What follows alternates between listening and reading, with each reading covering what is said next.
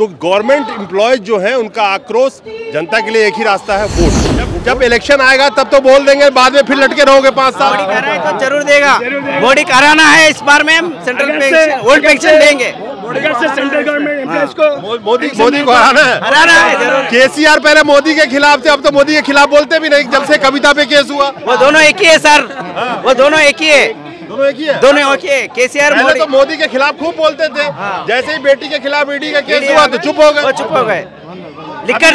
अभी जो मीटिंग हुआ था अपोजिशन का, उसमें भी नहीं गए। लिकर स्कैम में कविता का अरेस्ट कहीं नहीं करे बोले तो वो दोनों एक ही है, और मोदी हैदराबाद आए जब केसीआर अटेंड नहीं होते। तो एक चीज जनता को समझ में आ रही है कि जितने भी नेता मंत्री आपके भी है चाहे किसी के भी है, सब अपने लिए परेशान है, जनता के लिए नहीं है। तो क्या है, वो तो टाटा एनजी बोल के इंश्योरेंस करा रहे हैं, वो पोस्टमैन से करा रहे हैं, और जो है तो दूसरा बजाज एलायंस वो करा रहे हैं, और दूसरे कई आईबीपी अकाउंट बोल के, एपीएस बोल के करा रहे हैं। ये सब स्कीमा जो है ना पोस्टमैन से कराया जा रहा है।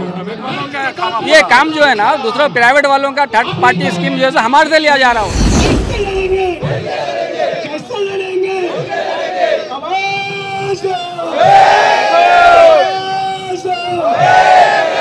दोस्तों नमस्कार। इस देश में करीब 4 लाख से ज्यादा पोस्टल एम्प्लॉय, डाकिया इस देश का कभी बैकबोन हुआ करते थे। जब कोई भी कम्युनिकेशन का साधन नहीं हुआ करता था तो इस देश में डाकिया जब किसी गांव में या किसी शहर में पहुंचता था तो लोग पूछते थे कि कोई मेरा चिट्ठी आया है, अपने जानने वालों की खोज खबर लेते थे।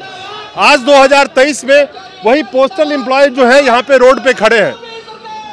आज कौन सा ऐसा गवर्नमेंट सेक्टर के लोग हैं जो रोड पे नहीं है? पहली बात तो ये बता दूं, आप लोग कहाँ से आए हैं? हम तेलंगाना से सर, तेलंगाना का सर्किल प्रेसिडेंट है। तो तेलंगाना से यहाँ दिल्ली में क्यों आना पड़ा? ये है ना एम्प्लॉयज को बहुत प्रॉब्लम हो रहा। क्या प्रॉब्लम होता है? तो हरासमेंट ज़्यादा हरासमेंट कर रहे, हरासमेंट मोदी साहब हरासमेंट बोलते 2 दिन का 2 एम्प्लॉयज का काम एक जगह से करा रहे। अच्छा। तो सब पोस्टर निकाल दे रहे। अच्छा। वो बहुत सता रहे साहब गवर्नमेंट हमारे। ओल्ड पेंशन हमारे लड़ रहे, ओल्ड पेंशन नहीं दे रहे हमारे। ओल्ड पेंशन स्कीम का भी डिमांड है। हाँ डिमांड, वही पहली डिमांड है हमारा। वो पहली डिमांड ओल्ड पेंशन है हमारा। बाद में क्या कर रहे एनडीसी बोल के वो क्या सब डिवाइड कर रहे, पार्सल अलग, मनी ऑर्डर अलग अलग कर रहे। तो ओल्ड पेंशन स्कीम का डिमांड तो हर गवर्नमेंट एम्प्लॉय कर रहा है आज के वक्त में। हम भी कर रहे, इसके वास्ते लड़ रहे हम, इसके वास्ते इतने दूर से इधर आया, बहुत लोग आए हमारा कॉमरेड्स। अच्छा, आप एम्प्लॉयज की शॉर्टेज ये बता रहे हैं, आरएमएस में क्या दिक्कत है? आरएमएस में भी बहुत मुश्किल होता है, बहुत मुश्किल हो रहा है, एम्प्लॉयज बहुत तकलीफ हो रहा है, कोई भी सुनने वाला नहीं हमारे। इस बार 3-4 बार आया हमारे दिल्ली में, एक प्रॉब्लम भी नहीं सॉल्व हो रहा है। ये गवर्नमेंट में बहुत परेशान कर रहे हैं हमारे, बहुत परेशान कर रहे हैं। क्या परेशान कर रहे हैं आप बताइए? सर हम लोग को हमारा 8 घंटा ड्यूटी है, लेकिन हम लोग को 11 घंटा 12 घंटा ड्यूटी करा रहे। आजकल हमारा मोबाइल फ़ोन में डिपार्टमेंट का ऐप डाले, वो ऐप से फ़ोन सप्लाई नहीं करा डिपार्टमेंट, लेकिन हमारे ओन फोन में प्रेशर करके हमारे डरा के हमारे फ़ोन में ऐप डाल के डिलीवरी करा रहे। हर ऐप डाल के डिलीवरी करा रहे हैं ओन फोन में, हमारे पर्सनल फोन में। पहले स्टार्टिंग में वो लोग फोन दिए थे, 2017 में फोन दिए 5 ऐप डाल के कैसे डिलीवरी करा रहे हैं? हम लोग डेली स्टार्टिंग कैसा डिलीवर करते थे कि वो हिसाब से करा रहे। स्कैनिंग करके। तो उससे क्या प्रॉब्लम हो रहा है? हम लोग को प्रॉब्लम क्या रहा होता, हमारे पर्सनल फोन में डाल रहे वो लोग, हमारे पर्सनल फोन में डालना। डिपार्टमेंट तो फोन सप्लाई नहीं करा। चिट्ठी बांटते हो? हाँ चिट्ठी बांटते। तो अभी कैसे बंटवा रहे हैं? अब मोबाइल फोन से बंटवा रहे हैं हम लोग को। तो चिट्ठी, मान लो ये चिट्ठी है, स्कैन करना पड़ता है इसको। अच्छा, स्कैनर है आपके फोन में जिसको आपको खुद से स्कैन? हाँ स्कैनर करा रहे। उससे मतलब क्या अटेंडेंस के लिए बांटा या नहीं बांटा वो पता करने के लिए और हमारा मोबाइल इस्तेमाल कहीं करना ड्यूटी है ना, डिपार्टमेंट सप्लाई करना। अच्छा, पर्सनल मोबाइल आपकी यूज कर रहे हैं, ये कह रहे हैं? यानी कि डिपार्टमेंट को मोबाइल देना चाहिए या ऐप उनका चलना चाहिए, ये कह रहे हैं? काम करने को रेडी है, मगर डिवाइस नहीं दे तो हम कैसे करते? हम रेडी है, काम 8 घंटे 10 घंटा भी करते, वोट ही करते ना, वोट ही पर वो पैसा भी नहीं दे रहे हमारे। वो टारगेट वो करो, ये अकाउंट खोलो, वो अकाउंट, ये अकाउंट करते हैं। और एक क्या है बोलो तो, आजकल जमाने में 10वीं क्लास में पढ़ के एक डिलीवरी में आया हम लोग, तो पोस्टमैन में आया, हमारे को पूरा सिस्टम का वर्क पूरा नहीं आता। इन लोग नया स्कीम लगा के पोस्टमैन के ऊपर डाल रहे, वो सही नहीं है।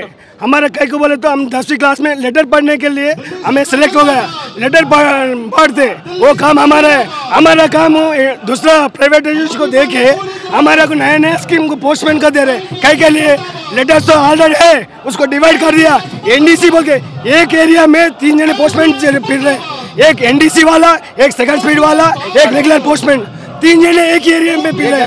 वो उनका आगे आगे पोस्टमैन का पूरा निकाल के प्राइवेट को देने के लिए काम कर रहे गवर्नमेंट ने। ये पूरा पोस्टमैन को नुकसान कर दे रहे। ये प्राइवेटाइजेशन मौजूदा वक्त में सरकार जिस तरह से कॉरपोरेट के हवाले सब कुछ करते जा रही है, कई सेक्टर तो किया जा चुका है, जिसमें आप देखेंगे कि रेलवे के एम्प्लॉय भी आते हैं, उनको पता है कि आज न कल उसको प्राइवेट करना है, लेकिन ये पोस्टल वाले भी कह रहे हैं कि प्राइवेटाइजेशन के हवाले करने की कोशिश कर रहे हैं। पक्का कोशिश कर रहे हैं। नहीं तो रेगुलर पोस्टमैन को एनडीसी का, सेकंड स्पीड का, रेगुलर का 3 दिए तो भी पोस्टमैन का वर्कलोड भी मिल जाता है। उन्हें सेफ से उनका ड्यूटी उन्हें सेव कर लेके लेटर बांटते, वो नहीं करने दे रहे। हमारे आने का लेटर छोटे पहले पार्सल में एनडीसी में बड़े बड़े पार्सल जा रहा था, आजकल 10 ग्राम की स्पीड पोस्ट लेटर भी एनडीसी में डाल रहे हैं उन लोग। आगे आगे पोस्टमैन का काम डिवाइड करके पोस्टमैन को निकाल के प्राइवेटाइजेशन देने के लिए ये मसला है। प्राइवेटाइजेशन एनीवे, कहाँ से आए आप? हम तेलंगाना सर्कल से आए हुए हैं। अभी जो पोस्टमैनों को जो दिक्कत हो रही है, थर्ड प्रोडक्ट जो है ना, पोस्टमैन को से काम लिया जा रहा हो, वो क्या है, वो तो टाटा एएनजी बोल के इंश्योरेंस करा रहे हैं, वो पोस्टमैन से करा रहे हैं। और जो है तो दूसरा बजाज एलायंस वो करा रहे हैं, और दूसरे कई आईबीपी अकाउंट बोल के, एपीएस बोल के करा रहे हैं। ये सब स्कीमा जो है ना पोस्टमैन से कराया जा रहा है। ये काम जो है ना दूसरा प्राइवेट वालों का थर्ड पार्टी स्कीम जो है हमारे से लिया जा रहा हो, इसके लिए हमारा टाइम भी नहीं मिला। सुबह 8 बजे से जो ऑफिस को जाते हैं हम, शाम में 8 बज रहे हमारे को, बहुत दिक्कत हो रही है हमारे को। दिक्कत इतनी हो रही है कि भाई आप बता नहीं सकते आप लोगों को। अभी ऑफिस में आए तो ऐसा टार्चर होता अपने को। इसे एसपीएम आके जो है ना हमारे पास क्लास लेता है, एक ही बार बुला के ये करिए आप, ये टारगेट है आज का, आज करके लाना। वो टारगेट हम कहाँ से करके लाएंगे? पब्लिक के पास कहाँ से पैसा है? इंश्योरेंस कराने के लिए 399 रुपीज का इंश्योरेंस कराओ। इंश्योरेंस के लिए भी टारगेट दिया है, इंश्योरेंस के लिए टारगेट दिया गया है। आईबीपी अकाउंट है हमारा, इंडिया पेमेंट पोस्ट बैंक है, वो बैंक के अकाउंट खुलाना, पहले वो अकाउंट के जरिए जो है तो इंश्योरेंस कराना है। इसमें जो है तो मोबाइल भी वो लोग सही सप्लाई नहीं करे, सप्लाई मोबाइल सही तरीका नहीं है। डाटा इंश्योरेंस का कितना टारगेट दिया है? इंश्योरेंस का डेली 50 टारगेट दिया हमारे को। डेली 50,000 50% का टारगेट दिया हमारे एक ऑफिस को। अब एक ऑफिस में 20 पोस्टमैन 10 पोस्टमैन रहेगा, एक 10 करके लाओगे तो कहाँ से लाएगा? नहीं, ये बड़ा अहम बात इन्होंने बताया है। जिस तरह से बैंक वालों का काम था बैंकिंग सिस्टम संभालना, उनको भी इंश्योरेंस बेचने पे बिठा दिया है। हर बैंक वाले इंश्योरेंस बेचते रह गए और बैंक का क्या हाल हो गया। अभी इन्होंने कहा कि पोस्ट ऑफिस में भी टारगेट दिया गया आपको इंश्योरेंस बेचने का। अच्छा, टारगेट तो बहुत दिया गया है हमारे को। हर वीकली मंथली टारगेट कंपलसरी रहता है हमारा। अभी सुन रहा था, एक पोस्टमैन कह रहे थे कि जो 10th पास करके जिनका काम था चिट्ठी पे लिखा एड्रेस पर ले और एड्रेस को, उस चिट्ठी को सही जगह पे डिलीवर करने का, उनको तरह तरह के अलग अलग तरीके से प्रताड़ित किया जा रहा है। जिस तरह से क्या कह रहे हैं, सही। और एक हमारा मकसद क्या है मालूम है? ओल्ड पेंशन स्कीम होना चाहिए। हमें 30 साल 25 साल सर्विस करते सर, नहीं है 5 साल एमएलए रहे हो, एमपी रहो, उन्हें कितने बार जीते तो बार पेंशन है वो लोग को, हम लोग को कहीं की नहीं है। वो हमारे ओल्ड पेंशन देना बोल के हम लोग उसमें मुद्दा रखे। नहीं, ये ओल्ड पेंशन की डिमांड तो हर गवर्नमेंट सेक्टर का है। इसमें मैंने कई सेक्टर्स आपको दिखाए हैं, चाहे किसी भी क्षेत्र के गवर्नमेंट एम्प्लॉय हो। करीब करीब इस देश में 75 लाख सारे सेंट्रल गवर्नमेंट के एम्प्लॉय जोड़ देंगे तो, सारे मैं बात कर रहा हूं, एक एक जोड़ देंगे तो 75 लाख। सैंक्शन पोस्ट वैसे आप देखेंगे तो आंकड़ा में 47 लाख नजर आएगा। उसके अलावा करीब करीब 1.25 करोड़ से ज्यादा स्टेट गवर्नमेंट के एम्प्लॉय, यानी करीब करीब 2.25 करोड़ जो टोटल सरकारी नौकरी वाले हैं आज की डेट में प्रोटेस्ट कर रहे हैं, लेकिन कोई सुनने वाला नहीं है। उसी के तहत ये पोस्टल डिपार्टमेंट के लोग भी कह रहे हैं कि ओपीएस इनको मिलना चाहिए।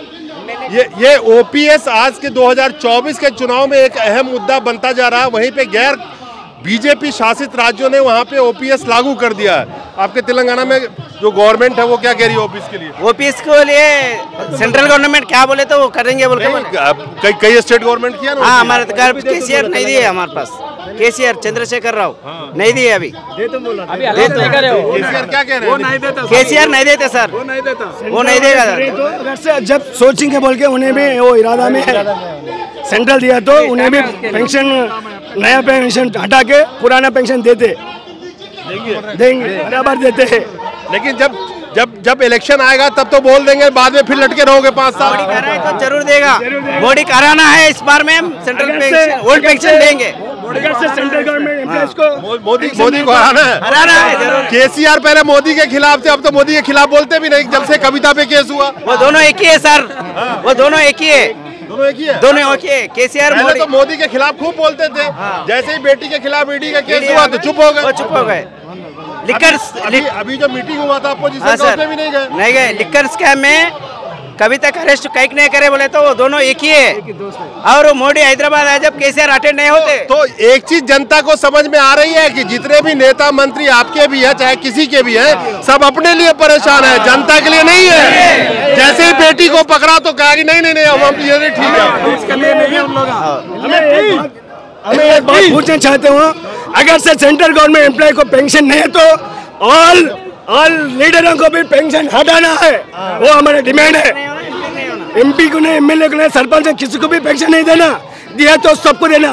उन्हें सर्विस करने को आया या ये नौकरी के लिए आया, उनको नौकरी देना। ये अच्छा बोला, आते हैं समाज सेवा के नाम पे, जिंदगी भर के लिए पेंशन फिक्स, बंगला फिक्स, मोटर गाड़ी फिक्स, तेल फ्री, खाना फ्री, सब्सिडाइज कैंटीन फ्री, और जो जान लगा के पसीना लगा के आज प्रोटेस्ट कर रहे हैं। और एक डाकिया जब पूरे दिन साइकिल से घूमते थे, हो सकता है कि आज के वक्त में उनके पास छोटी मोटी गाड़ियां हो, लेकिन पूरे दिन धूप में जो घूमता है वो पेंशन के लिए यहाँ चिल्ला रहा है। खैर आखिर में मुझे एक चीज बताइए कि ये पेंशन का मुद्दा आने वाले 2024 के लोकसभा चुनाव में जो इलेक्शन है उसमें आप लोग क्या करेंगे अगर नहीं देगा पेंशन तो? मोदी करा देंगे, मोदी हरा देंगे। कौन अगर से पेंशन दिए तो उनको वोट डालते, कौन पेंशन दे तुम बोले तो उनकी वोट डालते। हमें पेंशन जरूरी है हमारे जिंदगी के लिए। हम आज का जमाने में 10 साल का सर्विस करें तो एक सेंट्रल गवर्नमेंट स्टेट गवर्नमेंट का पेंशन है ना, वो पेंशन से कम आ रहे हैं। केसीआर हमारा गवर्नमेंट केसीआर है, वहाँ में 2000 पेंशन है मामूली की, हमारे के लिए 1000 आ रहा है 10 साल सर्विस करे तो। ये सही नहीं है, इसलिए पेंशन हो रहा है। चलो हो गया, ठीक है। ये जो मौजूदा जितने भी गवर्नमेंट एम्प्लॉय है, खास करके आने वाले टाइम में उनका एक ही मुद्दा होगा, ओपीएस, खास करके अहम मुद्दा होगा। अगर ओपीएस पे केंद्र सरकार फैसला करती है तो शायद कहीं ना कहीं लगता है कि जो गवर्नमेंट एम्प्लॉय है उनको थोड़ी राहत पहुंचेगी। और अगर फैसला नहीं करती है तो गवर्नमेंट एम्प्लॉय जो है उनका आक्रोश, जनता के लिए एक ही रास्ता है, वोट। वो वोट के तहत अपना आक्रोश निकालेंगे। नमस्कार।